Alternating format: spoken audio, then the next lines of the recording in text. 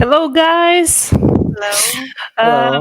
It's so nice to see you all here. My name is Natalia, and I'm going to be the moderator of this fascinating, I think, session. We have a whole bunch of great business analysts here, and we'd like to welcome you all at our next session dedicated to mastering ChatGPT for business analysts. And I don't think that we have to waste too much time, yeah, on some initial things because, guys, I know for sure that guys have a lot of interesting things to share with us. So I offer to start right away. What do Will you you think? ask us about our mood or Um, something? Alexandra, how are you? Oh, fine. Thanks you. Thanks a lot. Thanks for having us here. We're really, really happy to be on the Be Excellence conference. And please confirm that you are able to see my screen, our screen actually. Yes, yes, we can see it. Yeah, thanks a lot. So, as Natalia mentioned, yeah, it will be the speech about mastering ChatGPT for business analysts, and we have some small agenda. Firstly, we will talk about speakers, like 30 seconds, I believe, and we will cover the usage of ChatGPT. Tell a lot about prompt engineering and stuff. So this is the really essential slide. It's our team.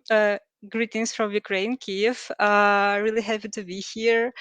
Okay, for all five or us, we have almost 40 years of experience in business analysis in IT, I believe, in a lot of domain actually, and we met only thanks to ChatGPT. Actually, it's our sixth participant.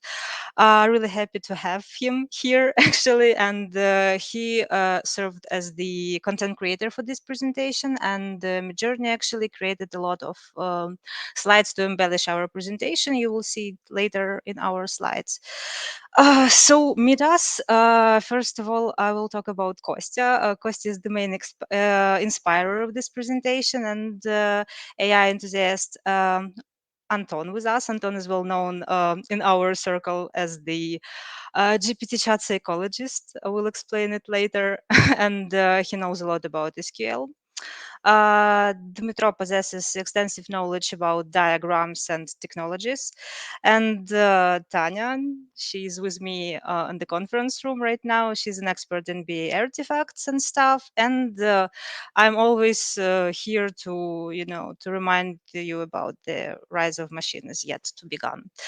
There were a lot of joke about why are so many of us on this conference, but we know for sure that it's better to embrace the new technologies together. So I believe we can start. This is the first slide about, I believe, you know, touching the audience. Could you please tell us something about your experience toward ChatGPT? Are you a novice or beginner?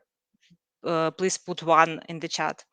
If you are a regular user and know a lot about ChatGPT, please put two. And if you are a proficient user, please put three. We really need to know about our audience today. And actually, I need to say that all your questions and stuff, we will be really happy to see it in the chat, and we will cover it later after the presentation went. Natalia, tell me, please, maybe we have something in the chat right now.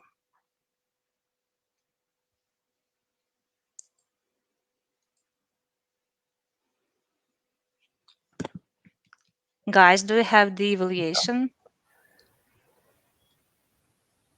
I don't see it in the chat.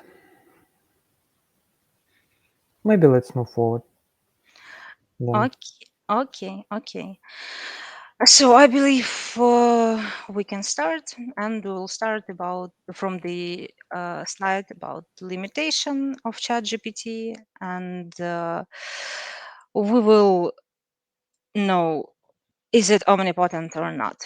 Mhm. So Yeah, But by Dima. the way, we have some replies. There were a lot of one. It means we have a lot of newcomers, newbies for ChatGPT, and several two. Mm-hmm. It's also fine. It means that some people practice on regular with ChatGPT. We will know. You will know about ChatGPT more after this presentation, I believe. So please tell us, can we use ChatGPT in a different situation? Okay, at the beginning, I'd like to address the safety and practicality of using ChatGPT for professional purposes.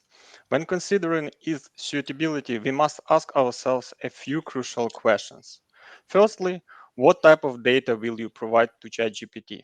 If it contains private or confidential information, intellectual property, or sensitive details, you should evaluate if it is possible to depersonalize and eliminate private data, or alert it in such way that no violation occur. If not, avoid using ChatGPT in these cases. Secondly, how important are accuracy and reliability to your specific use case? If they are not critical, you can utilize ChatGPT. However, if accuracy and reliability are important, you must assess whether you have the necessary expertise to validate the generated information. And lastly, remember that you are responsible for the data produced by ChatGPT and its usage. If you are ready to accept legal and ethical responsibility, ChatGPT can be a highly effective tool for certain tasks in your work. Which ones exactly, we will find out later. Okay, Dima, thanks a lot for your diagram and explanation. And this slide is about purchasing the paid version. Is it worse?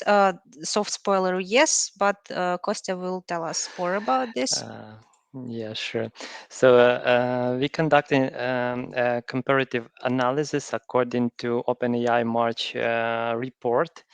And here we have analysis of GPT 3.5 in blue and GPT 4 in green, considering their abilities to solve various tasks and examination tests. So to simplify this comparison, let's imagine that both versions are students at Harvard. And despite all its efforts, GPT 3.5 finds itself among the bottom 10% of students. However, with the arrival of GPT 4, the picture is changing dramatically, and our new student is now among the top 10% of the better students. So if your goal is a maximum productivity, not just exploration, the paid version of GPT is definitely worth consideration. And let's compare the free and paid versions in more details. So on this slide, you can see the key parameters. So the first one is the reasoning or logical thinking and problem solving ability. As you see, GPT-4 has the biggest ability. Then we have a speed or response time and processing efficiency. And the third is consciousness or clarity and brevity of responses. So as Pascal once said, I apologize for the long letter. I didn't have time to write a short one. So the more concise responses would be from higher versions like GPT-4. So that's the key highlights. And also I would like to add that moreover, in GPT-4, now available plugins. One of them is a Bing plugin that allow you to have internet access, and some other plugins that are also could be useful. Okay. That's it. Yeah, thanks a lot, Kostya. So you're a beginner analyst and you have free $20 per month to afford the paid version of ChatGPT. But how can you use ChatGPT as a beginner? Tanya, please tell us something about the business analyst beginners. Thank you, Alexandra. This slide for those of you who haven't used the ChatGPT yet, but no worries. I collected 4 simple steps which allowed you to use the ChatGPT. First, it's obvious, open your chat. Then you need to create request. I want to you act as a business analyst. And please provide some information, for example. Then validate result. And the latest one, it's ask clarifying questions. Please note that the latest step, it could be most time consuming because sometimes you need to clarify some questions just to receive your information which you need. I also collected for you, for your convenience, the typical user story, which could be generated and produced by ChatGPT. And what's interesting here, that ChatGPT could provide not only the user story, but acceptance criteria and scenarios as well. This is very convenient instrument and AI partner, let's say, in your daily work, and which allow it to significantly to increase your performance in your daily tasks. Yeah, thanks a lot. So, as far as you know, ChatGPT can serve as the huge knowledge base, and Anton will tell us about leveraging ChatGPT for junior BAs. Yep, as stated earlier, if you're a new buyer, it's sometimes quite hard for you to understand what to start from. And on this slide, you can see the prompt, which would help a junior business analyst to begin with a new project. Let's say that it's his first project and he wants to be familiar, to get familiar, to better understand which processes, which artifacts, which would he need, and which steps should he do. And basically, here you can add some additional details, what you would like to see. But from this small screenshot, we can see that, Chat proposes to conduct a project kickoff meeting to perform project scope analysis, analyze the existing processes, etc., etc., etc. So basically, it could be a quite good guide for the starter to begin the project with. Okay, thank you. And that leads us to the prompt engineering and about the prompts. And the first slide will cover Kostya. Yeah, sure. So prompt is an input text or question you provide to the model, and the prompt serves as a starting point for AI to generate a response or continuation of the text. So the prompt helps to guide the AI output, indicating the topic, the context, or tasks you want model to solve. So since at the most basic level, ChatGPT operates as a text prediction generator, the context in which AI is used is crucial. So remember this when interacting with ChatGPT, and therefore well-formulated prompts lead to accurate and relevant responses that meets your need. So let's look in this closer. Yeah, so the first you need is to understand your goal, and verbalizing your needs is a crucial skills while interacting with the chat. Yeah. So the second, like on this example, you see my goal is to build a business model canvas for their Pete's Coffee, let's say. Yeah. So the second step is to be specific and clear and add context. So, for instance, act as a business analyst, follow Alexander Osterwalder recommendations, so the author of Business Model Canvas, build a business model canvas for a chain of coffee houses called Pete's Coffee.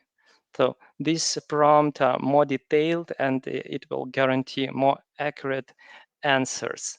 So you can assign roles not only to ChatGPT, but also to yourself. For instance, you're an English teacher, a native speaker, and I'm your student learning English for the first year. So this would allow ChatGPT to select the most relevant data sets for output generation. Yeah. Third, improve your prompts with additions. So before, as example, before answering, ask me question to better meet my needs. So by this, when you ask for not very trivial but more creative tasks, asking to ask you some additional question would be very beneficial. Or let's think step by step. That would also lead to more structural and more easy to follow guidance. Yeah. So next piece of advice. Use proper grammar and punctuation. Adjust your prompt, try variations. So check grammar, remove possible ambiguity. Sometimes you will see that the answer is mismatch what you expected. So just click on stop and update your prompt. And you have two choices actually, to stop and update it, or just to continue chatting and guide to the need direction. Yeah. And the fifth, it's to set desired format or structure, which also could be beneficial for us as a business analyst. For instance, provide this information in a table or format, and you could provide even column names or format, or you would set some limit to output. So say this in one sentence or 3 sentences based on your needs. If your table is broken because it's too big to be answered in one reply, you could say just continue starting from the table header, and the answer would be more accurate and more suitable for you. Okay. So it's a really good pieces of advice to communicate with ChatGPT via prompts, and I really want you to have it as a example, because it's really good, and we train ChatGPT a lot with those steps, and actually it gave us a lot of new information and stuff. So yeah, it's really good. But can we have to get more accurate answer, and how can we get it? So it's about prompt structure. Yes, Yeah, question. sure. There are a lot of tips and directions. Just to summarize on what we just discussed, I would add 2 samples. So as you here is propose some prompt structure where you set a task, add some additional context.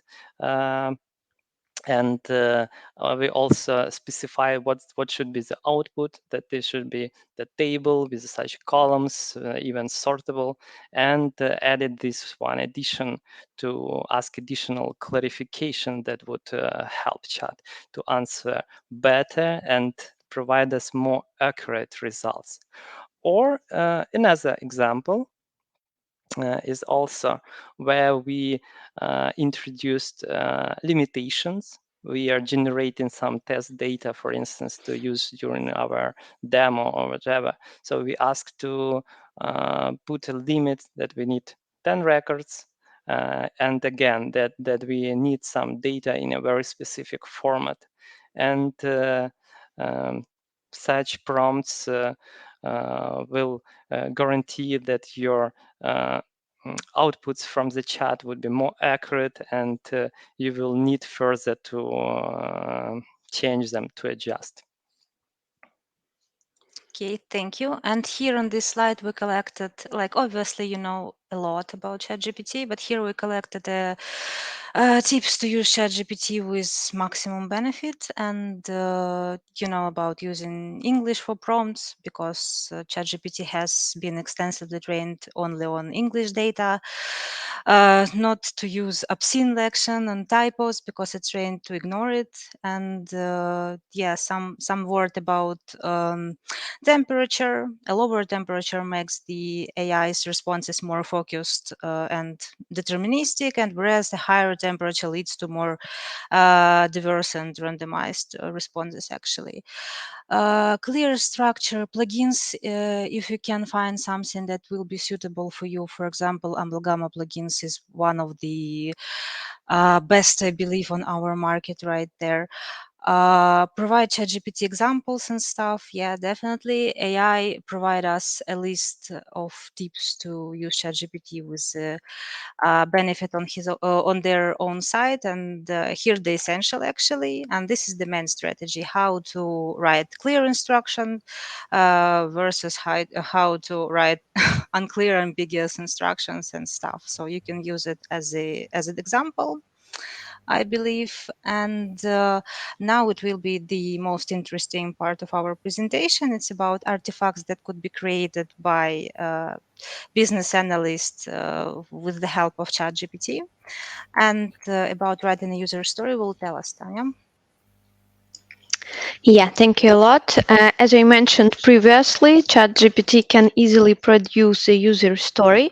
Why user story, you will ask me. I will reply that user story is the simplest way how to put into context of your project, of your uh, some task which you are going to ask the ChatGPT, and that's why you can easily ask the ChatGPT act as a business analyst and write user story for the some processes.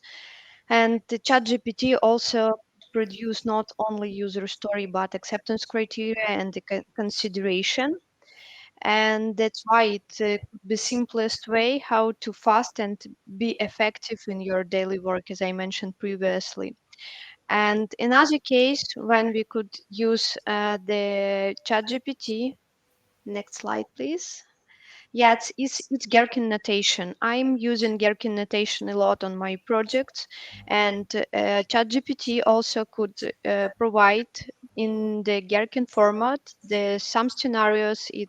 Could be not only happy scenarios but alternative scenarios as well, and this is a good example how to use ChatGPT in this case. And I could also mention that sometimes ChatGPT could exceed my expectation because it's really nice result. And the next example how to use a ChatGPT, it's email writing. For example, when you don't have a lot of time and you could put some topics, and ChatGPT easily could produce the well-structured email for clients or your, I don't know, your colleagues or something else. It's really useful. Okay, thanks a lot. I just wanted to add that we will share this presentation with all these cases with the audience. And the next case, it's the first case about requirements processing, will cover Dima. Yeah. Also, ChatGPT can use a variety of techniques and approaches when it comes to writing documentation. For instance, I asked it to generate a user story using CRUD approach, which stands for create, read, update, and delete. And it has successfully provided a response using this approach. However, it's important to note that ChatGPT is not familiar to all techniques and approaches, especially in the case of version 3.5. On the next slide, I will demonstrate such case. I really like using EARS, easy approach for requirement syntax, in writing functional specifications. EARS comprises a collection of templates that clearly describes the functional requirements of systems. Unfortunately, version 3.5 is not acquainted with it. Despite this limitation, I provided templates of the required syntax directly in the prompt and received the desired result. So it shows that ChatGPT can successfully leverage templates provided in the prompt. Okay, thanks a lot, Dima. Now it's time to Anton to Yeah, switch. Yeah. yeah. Before I start, I would like to, yeah, as we are talking about newcomers here and new buyers, I'd like to remind that, especially if you're a newcomer and this is your first project, for example, in EPAM with ChatGPT, you would like to use ChatGPT this first time. You should always remember about the privacy. So don't use any project data with an external account if you have some, especially because we mentioned plugins, etc. They are not, for now, they are not available in EPAM's internal chat. So yeah, just be aware of privacy.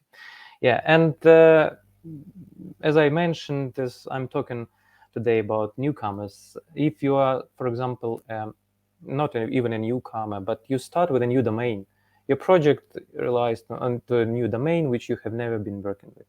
So in this example, I would like describe a situation if you were a BI, a business analyst in a BI project, some e-commerce domain, and you don't know what this e-commerce is, what the business processes are, what the indicators are, with which you should have been working before.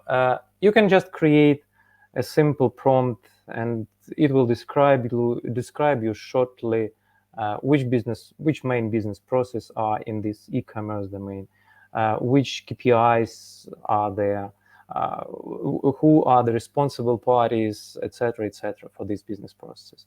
So this could be quite a good help for you. Now you know why we named Anton as main ChatGPT therapist, if I may say so. This person has a lot of compassion to newcomers in a new domain. But Exactly. what about SQL code? Yeah, SQL code. Yeah, actually, it can not only help you to know a new domain, it could also help you to explain the SQL code. As I mentioned on my previous slide, let's say that example, if you're a business analyst for a BI project, yeah, you will have to deal a lot with the SQL code. And in case you don't understand it, it's your first time, you can just put it inside the chat and ask for an explanation, and it will write you some quite good explanation, and it could even comment the code inside the code itself. Next slide. Yeah.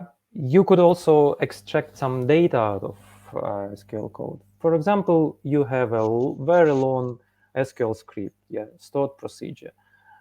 I don't know, 500 pages. I don't know, it doesn't matter. You can just insert this SQL code inside ChatGPT and ask to extract some data out of it, like tables names used or column names used or everything together, and just show which columns are used for joining tables, etc., etc. So I used it. It works quite good.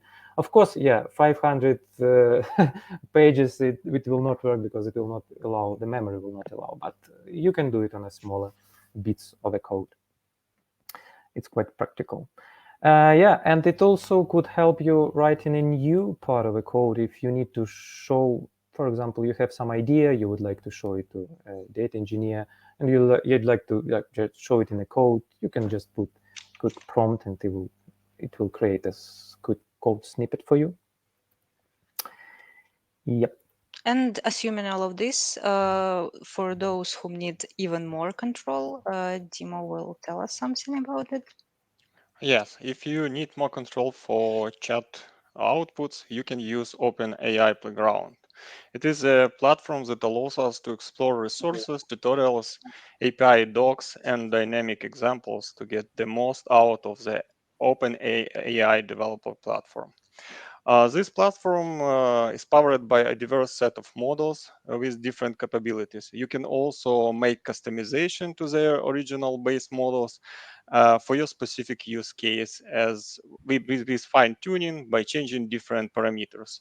For example, the temperature parameter is a number between 0 and 2, and it's used to control the randomness of the output. And you can check it out by the link provided on this slide.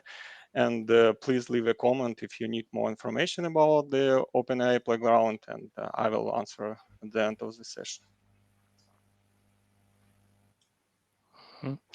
So, and I would like to add that with practice, you'll start to create a set of your own most useful prompts, and we recommend to save them in a library for quick reuse. We have such ability to save them using an internal ChatGPT interface. Or you could also add a plugin to your Chrome and add it to regular ChatGPT. And also you can use in addition a prompt that helps write other prompts, like the one on the slide. And like you start the process so that the model output will propose you the prompt and in addition the question that would help to refine it. And going this cycle, you could refine it until it will be pretty perfect to use. You use it, try it, it returns you good results. So store to your library and reuse that advice in addition. Okay, thank you. And with the first launch of ChatGPT, there were a lot of rumination about how can we get the diagrams or how we can get the help from ChatGPT in creating the diagrams, which were like essential or crucial stuff for business analysts. And now we know the answer. Timo, please. Actually, Tatiana, please start. Yes. What Even better. She knows. And it seems like a lot of examples provided by my colleagues, and we can see that ChatGPT could generate and help business analysts to do a lot of stuff. But I have quite one question: can ChatGPT produce everything instead of business analyst? But seems like no. I could say that regarding the created business process model in notation 2.0, ChatGPT cannot produce the diagram. Uh, ChatGPT can only to describe some elements, some events, some processes or gateways, but not in our general and native BPMN 2.0. That's why I could say that ChatGPT cannot be used for business process model in notation 2.0 itself for creation some diagrams in this case. Indeed, Tatiana, yeah, since ChatGPT is a language model, it cannot directly generate graphical items such as diagrams, but it does quite well with textual annotation for these diagrams. ChatGPT can be asked to provide UML a diagram in various notations such as JSON, XML, XAML, but the most useful, both in terms of the result and usage, are diagrams in plant UML notation. This can be then converted into diagrams using additional services like plant text or mermaid. So on the right side of the slide, you see the diagram that was directly generated from the text notation provided by ChatGPT. However, most of the services do not allow editing the generated diagram as graphical objects after. This is the limitation. Yeah, thanks a lot for the conclusion. So as you can see, I have a lot of notation, which slide next, and I confuse it again. Oh my God, I definitely know for sure that Draw.io is the subject of Anton. Yeah, thank you for that. Yeah, as Dima already said previously, you cannot change the actual visual representation of your diagram, right? But you could do it with Draw.io unexpectedly. I just found out, it was like a couple of weeks ago, I think, when I was working with Draw.io, and I found out that there is a functionality which allows you to import the Mermaid or Plant2ML, SQL, and even SVC code inside, and you could build some quite good diagrams. If you show next screen, I will, yeah. So basically, it all starts with ChatGPT. When you generate the Mermaid code, Dima had a quite good explanation of this. In my example, I just asked it to build me an entity relationship diagram for some sample project. And then I pasted code in Mermaid syntax. I pasted inside Draw.io. There is a separate function which only works on a web version of Draw.io, by the way, not the application installed. And yeah, and you get the result, which you can update, change, move, whatever you do with Draw.io. It is quite a good helper. It just helped me, visualize quite a complex data warehouse schema. And now, yeah, I'm trying to understand how to make it even simpler. So because, yeah, it's quite hard to understand even in a diagram way how to deal with it. But anyway, it works. Yeah, it helps. It's life. It's live, yes. Yeah, and near And for the conclusion, yeah, we have the comparison for well-known AI products. Please go ahead, Anton. I think I will start, and you will add something, some bits. I started like investigating what is ChatGPT, how is it different from Bing and probably Bard, because yeah, everybody knows Bard is Google's product, and I was thinking, oh, it's Google, probably they know something. But as it appeared, no. In fact, it's not that useful, I would say, at least for me, it wasn't. Except that it was faster in generating answers. It was free. I think these are all pros, I would say. It generates not good answers. It works both with, if you're talking about different languages you're asking it in, because it only uses English, Korean, and something else, yeah, Japanese. ChatGPT, on the other hand, together with Bing, yeah, they use up to GPT-4 chat model. They produce quite good results. What is the difference of Bing? Yeah, you would probably ask. It has access to internet. You don't have to pay for it. It uses GPT-4 by default. It has some. I would ask them. I would tell as perks, right? You can just you have separate option for constructing emails. You can just create it quite good. I used it even several times. You can also create images. It uses DALL-E engine for that, and it also works in the same browser window. So if you would like to like browse, if you have some long article and you would like to quickly understand what is it about, you're just working in the same window. You ask chat, what is this article about, in 5 sentences, and it provides you a short description.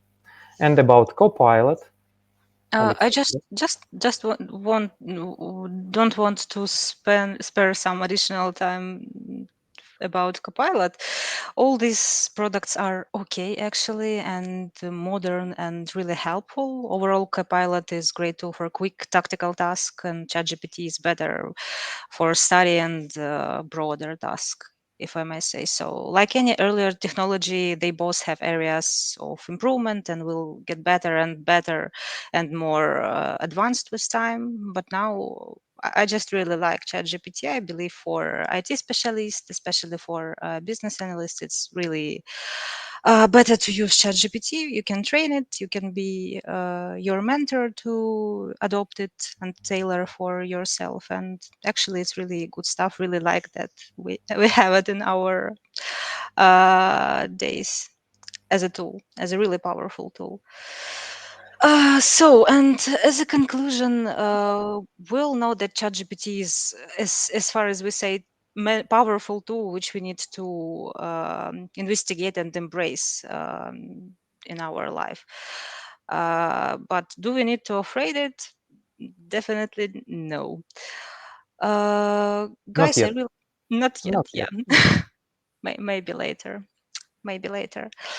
Uh, Guys, maybe you wanted to add something as a conclusion. It will be really good because the next slide is just thank you. Yes, I want to add that it's not a comprehensive list of artifacts which could be produced with ChatGPT, and I think that ChatGPT will be inevitable part of every business analyst, and this is really powerful tool for every BA. Yeah, learn ChatGPT today to be more confident in future, I would say. Okay, thanks a lot. I maybe stop sharing right now, and I really eager to observe the questions. Sure, we have some for you. Thank you so much for such interesting information and practical, I might say. So, we have several questions from the audience. Those who haven't posted your question yet, you still have some time. So let's start. The first question that we had in our chat is the following: what is the purpose of ignore previous? Wouldn't it be safer just to use new chat instead? Mhm. Okay, I could cover this one. So it depends on your purpose. I would say that the main reason when you use this hook to ignore all previous is when you would like to stay within the same conversation, and you would probably want to do this for your chat history. So then you would know where to find your conversation. Why this should happen? Um, for instance, depending on the version, uh, depending on the length of your prompts responses, after several replies, you would see that chat will start losing some context because the limit of tokens provided to you is out. So it could go wrong direction. And maybe you would want it to use like ignore all previous and then again add to the new prompt the most accurate information to continue the dialogue and to finalize your tasks. For instance, the tasks that could not be resolved in one-to interaction where you need to continue your dialogue. Or maybe the other reason where you want to hold with one chat, for instance, for me, it looks suitable to store all my prompts for Midjourney in one dedicated chat. But again, it's an option. Other cases, definitely it's safer to open a new chat and start the new conversation. It will 100% guarantee that you will start in from the very beginning and will generate different outputs. Thank you. Yeah, thank you so much. And a couple of questions about your personal experience with using ChatGPT. So the first is, have you tried to create technical tasks for developers using ChatGPT, and how did you evaluate the result? Not all BAs may have enough technical background to make a proper evaluation of the result. Interesting. I would say if you don't have enough technical background, probably it's not a good choice to create technical task. First of all, because you will not be able to evaluate the result. You have to check ChatGPT always, because sometimes it can make up the story, I would say. Yeah, I had some experience creating sort of technical task. Of course, I was not writing the SDDs for the developers, right? So it's their task to write it. But how to evaluate? I did it myself. I just go through this document, and that was it. But I cannot help you here with because it cannot do for you your job. If you can't, it's better not to start with, because you can have a lot of errors inside. But if you have some experience in creation technical task, I believe you'd better need to use Copilot. Oh, by the way, yeah, I right. just need to add that, yeah, it's definitely more tailored for the technical task, and it could help you find the errors or mistakes in code, make some essentials from them, and from the strings, I believe. And yeah, but it's only when you really have a developer's background or something like that, just as Anton said, to evaluate it and make a decision. Is it better, or it better be to create it by yourself?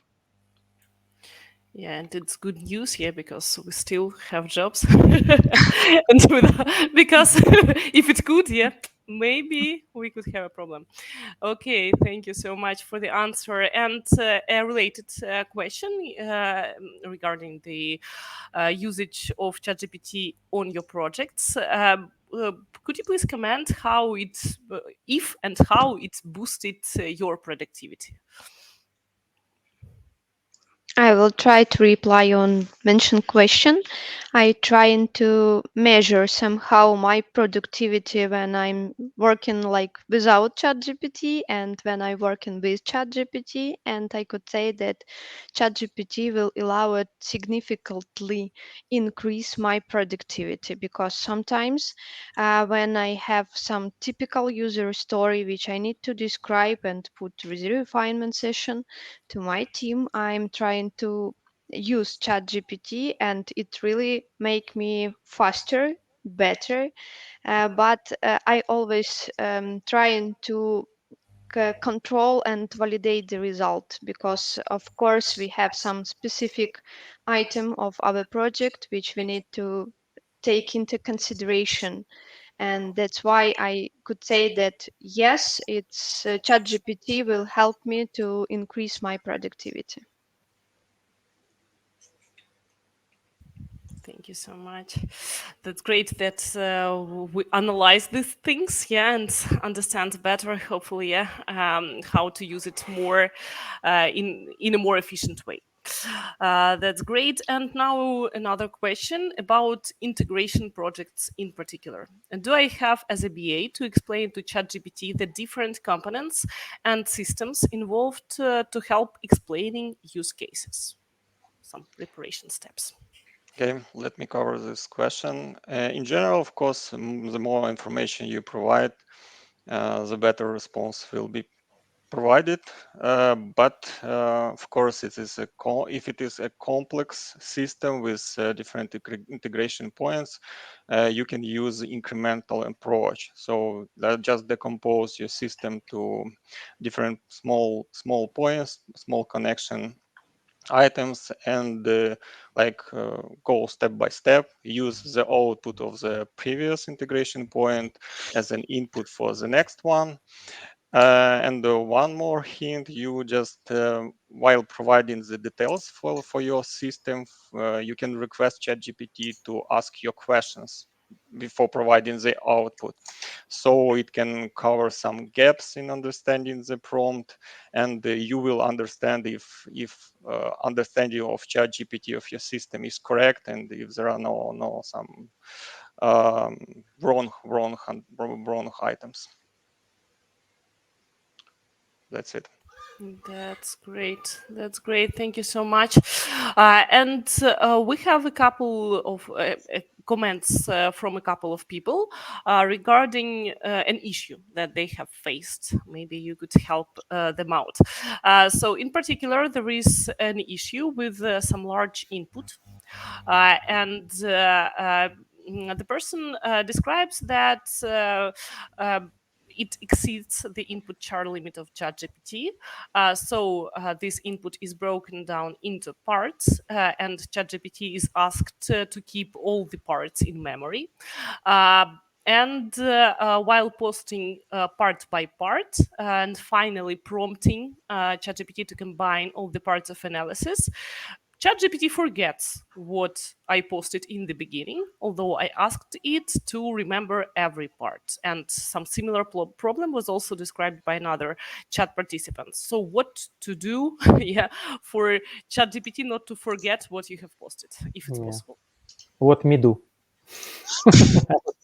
What me do? Kostya, will you answer this? Okay. So sure, this could happen due to exceeding limit of tokens, as we mentioned, depending on the version you use. So the direct answer and the right answer. The direct answer would be you could use, for instance, if you have access to internal tool, the ChatGPT 4 32K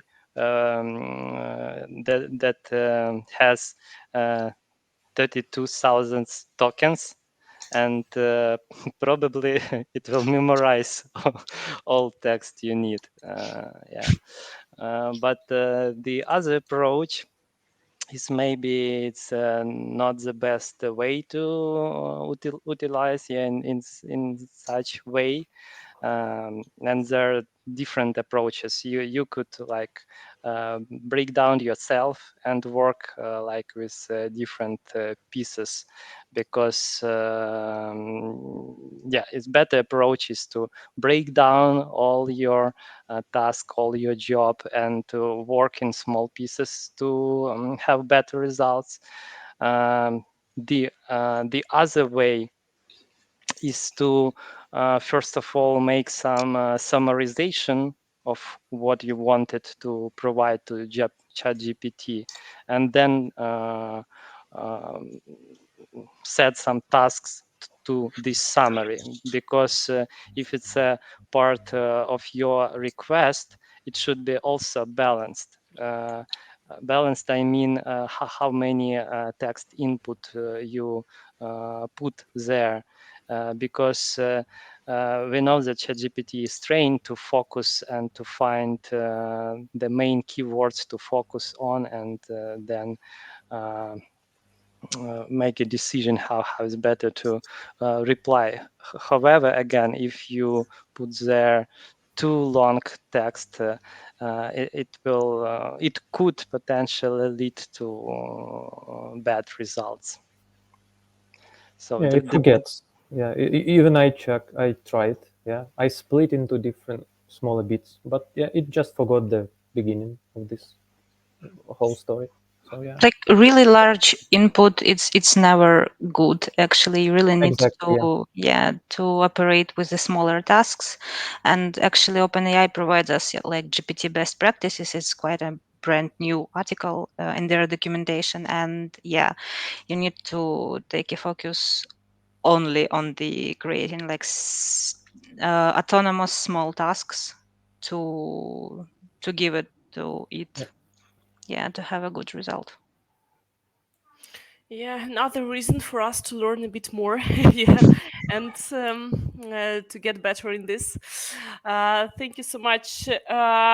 I'd like to ask you one more question, maybe the last, maybe not. We'll see. But maybe you could provide some general recommendations, yeah, just for business analysts to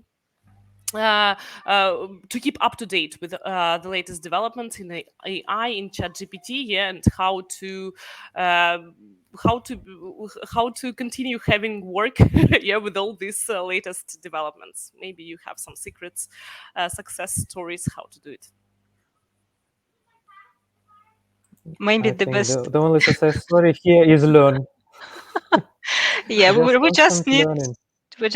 to embrace this technology and make it our slave. Oh no, it's a bad word. Our serve, like to make it serve for us. Mhm. And prompt engineering, actually, it's a brand new profession. It could be really one of the most interesting and a powerful profession of the future. So just have some skills to be a good prompt engineer, and you will be There are successful as a business analyst. different types of chats, different types of technologies. Some of them draw, some of them create videos, and they all have their own syntax and etc. etc. So you have to learn as much as you can out of those. That's the only way. There is no some magic bullet, I would say. Yeah, so be curious, keep an eye on news and trends, and Hunger, humble. attend such events as this conference. Yeah, and contact us if you have any more questions afterwards. Yeah, that's We'd great be glad advice. to help. Thank you so much. So basically, I don't see any additional questions from our audience, and I'd like to thank our experts, first of all, for finding time to teach us something new and to inspire us for conquering ChatGPT in a better and more and more efficient way. And I'd like to say thank you to the conference audience. Soon, very soon, in about 5 minutes, you will have a chance to learn something new from our next speaker. Let's keep in touch and Thanks a master lot. ChatGPT. Thanks a lot, Thank Natalia. you. Thank you. Thanks a lot. Thank You're you. the Bye. best host ever. Thanks a Thank lot. you so much. Bye Bye. bye. Guys, thank you. Bye. Bye.